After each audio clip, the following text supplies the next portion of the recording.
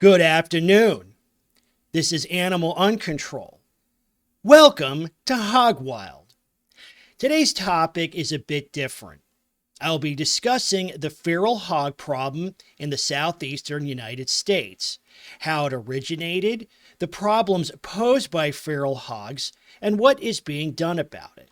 I will also be sharing some gun porn with a ballistics lesson. Stay tuned.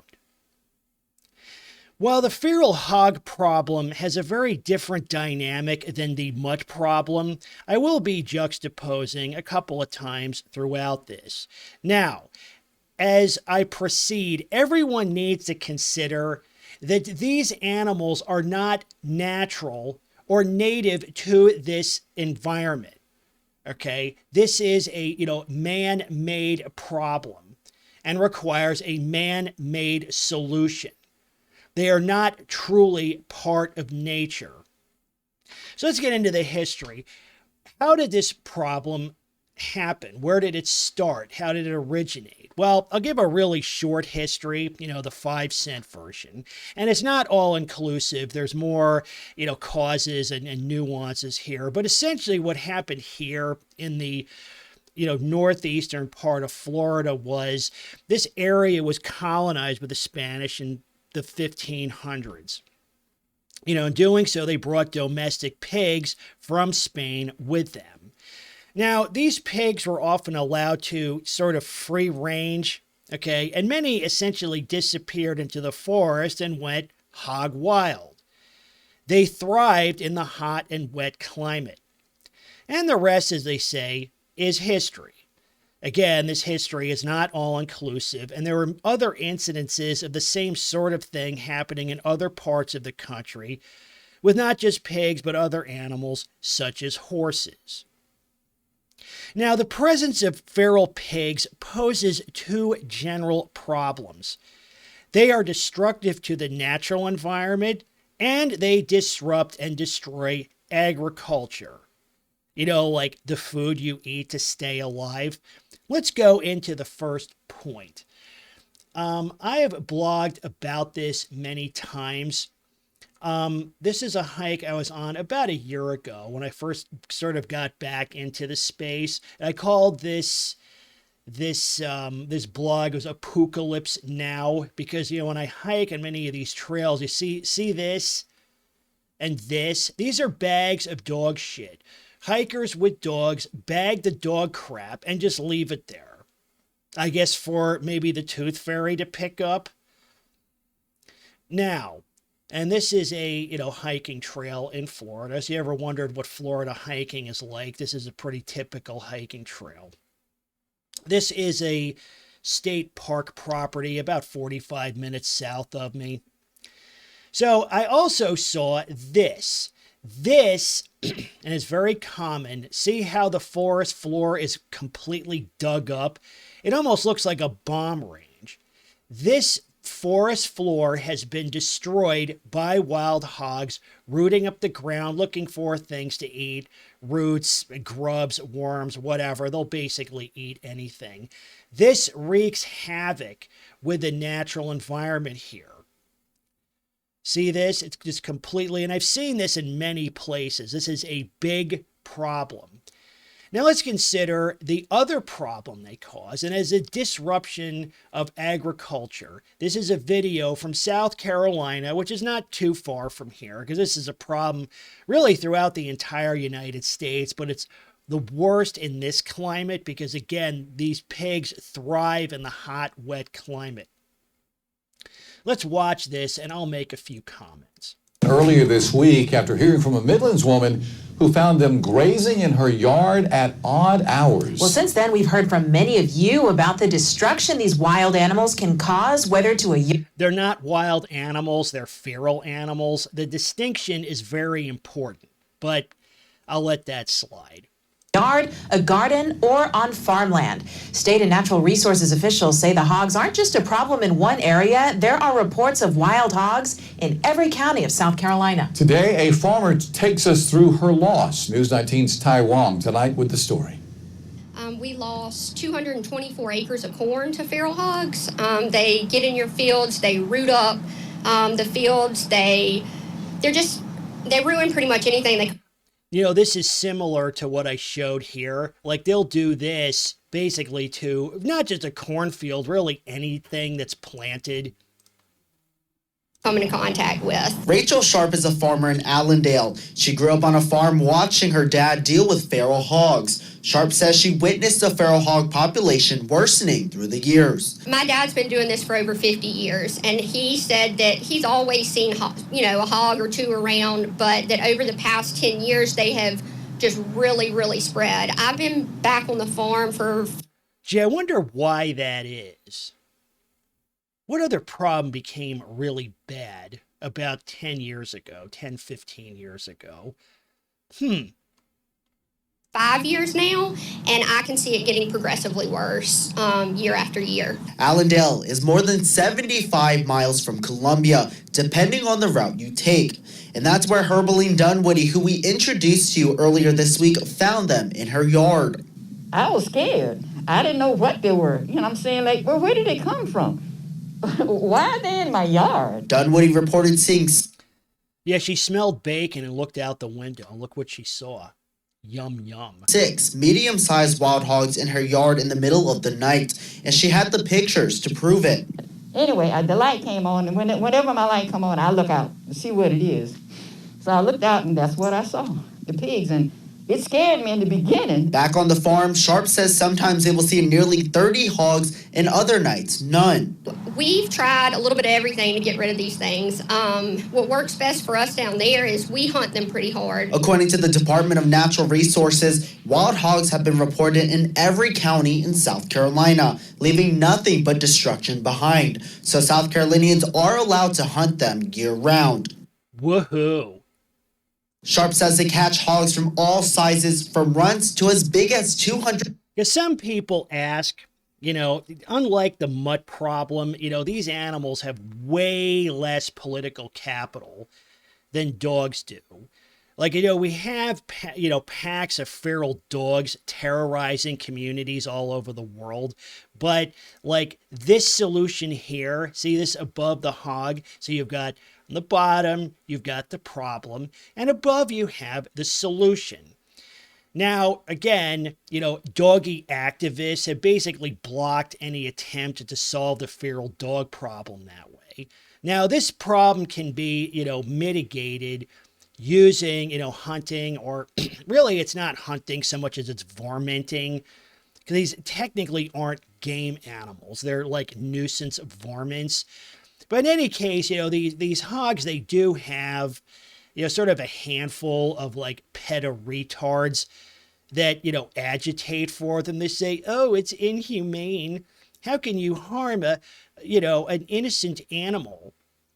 And the thing is, those people, again, that's a situation of somebody with, or an example of somebody with like a 3-year-old, like Disney-esque worldview. This is a real problem that needs to be mitigated. Okay, dancing around and singing Kumbaya will not solve the problem. Now, pretty much unlimited shooting of them again, hasn't eliminated them, but it does keep the problem down to sort of a manageable level in some cases. I'm going to get into my experiences with that shortly. So let's continue watching. Hogs from all sizes, from runts to as big as 250 pounds, eating all the crops and destroying. Okay, see this? Okay, see this is a cornfield. Okay, see all these brown patches? Those are, parts of the cornfield that have been destroyed by hogs. So that's similar to what you see here with a forest floor destroyed. Here, they have destroyed a big chunk of this cornfield. Now, people need to consider that, okay, these corn crops are, well, this and wheat are basically the foundation of our food supply. Some people might watch this and say, I eat nothing but chicken wings. Yeah, dummy, what does that eat? Think about that. This is a big problem. Destroying the farmland. It's basically like taking money out of a farmer's wallet. It's something that definitely needs to be on everybody's radar, because I know it's not just happening in Allendale, it's in all of the counties in South Carolina. reporting in Colombia, Taiwan, News 19, WLTX. Free is our favorite. Okay, enough of that. So I have some experience hunting hogs down here.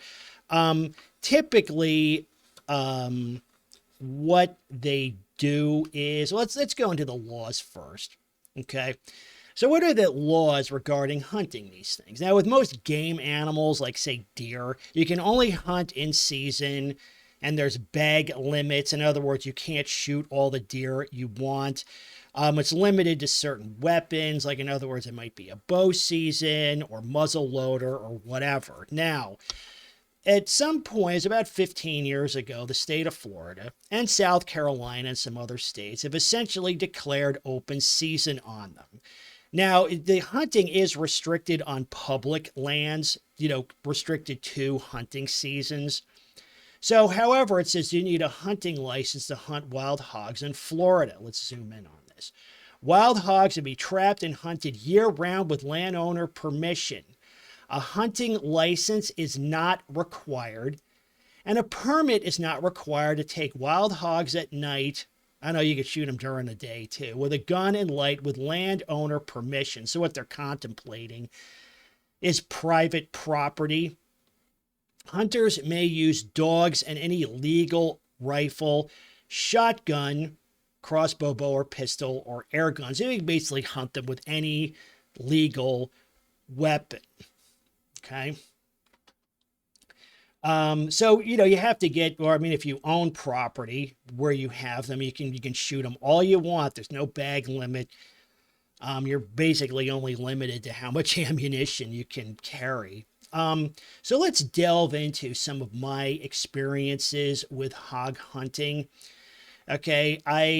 What I did was, or what I've been doing is usually connect with what they call an outfitter.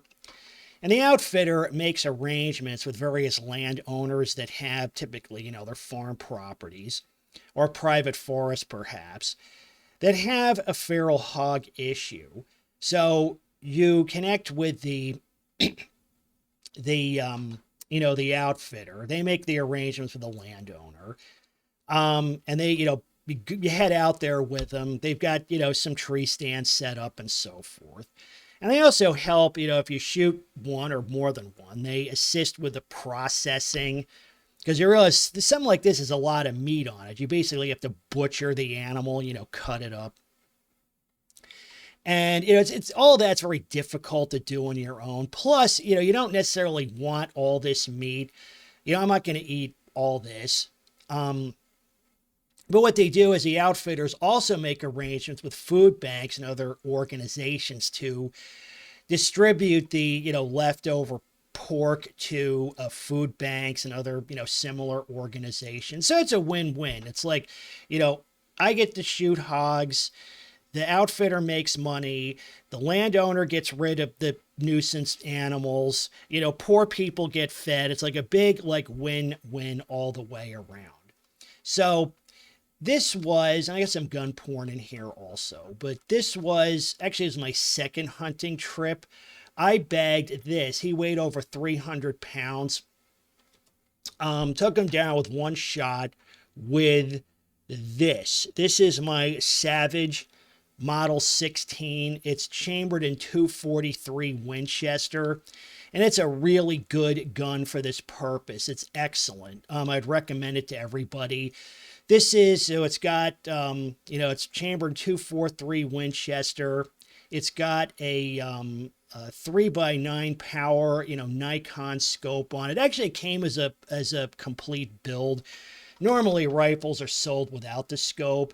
And often, a lot of these, combos are like pre-builds. The scope is a piece of junk, but this got a Nikon scope on it. So it's a good budget scope. It's not the best scope you can possibly get, but it's, good enough for this application.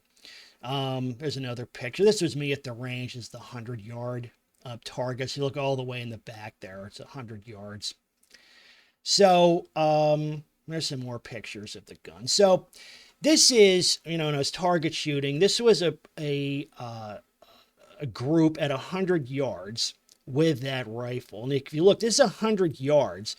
I hit a little bit above the bullseye, but that's what they call a zeroing issue, the scope adjustment issue, essentially. But look at this. So I'm aiming, for the, the bullseye, and these hit, a little bit high. We can get into why in a minute.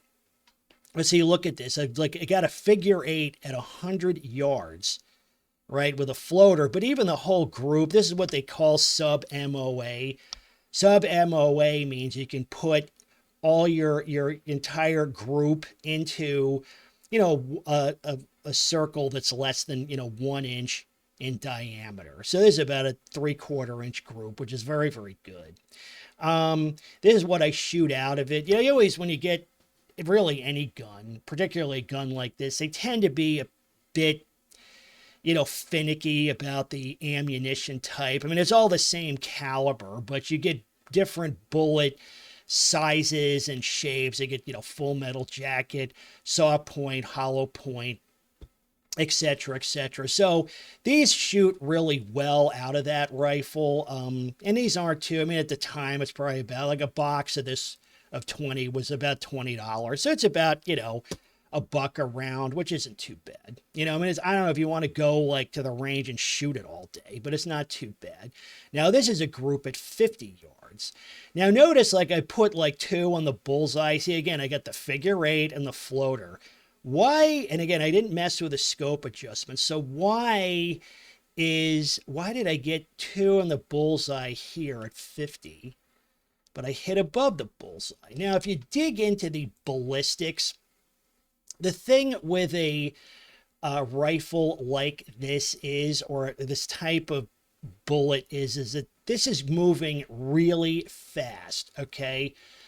At 100 grains, and, a grain is it's a measure of the weight of the bullet. I believe there's 400 grains to an ounce, maybe 440, I forget, but something like that. So at 100 grains, this thing is going almost 3,000 feet per second. So it's over a half a mile a second. And what happens is, it's going so fast when it leaves the barrel, it literally flies out of the barrel. So it has lift. So it'll go up a little bit. So that's why, I got a result why it hit, because I'd actually adjusted the scope. I'd zeroed at 50 yards. So I'm right on the bullseye at 50. I'm a little high at 100. Now, what happened is, like, if I were to shoot it at, say, 200, these groups would drop back down a little bit. And you just know it's like no big deal. It's like maybe if, if the target's at 100 yards, you can aim a little bit low. But when you're target shooting, you always want to aim for the bullseye. So those are I haven't been out for a couple of years, but going back to this issue, this is like an extremely serious problem in a lot of places. And I like to say that, I do this as a public service or a way to feed myself, but I got to admit, it's like, shooting these things is actually pretty satisfying. It's satisfying in a very sort of visceral and primitive way. And of course, the animal rights nuts will be like, oh, you're a mass murderer. I have like no patience for those people. None. The only thing I say to those people is, look, just hope I don't decide to shoot you next. Okay? Feral hogs. What do you think? This is Animal Uncontrol. And as always, people first.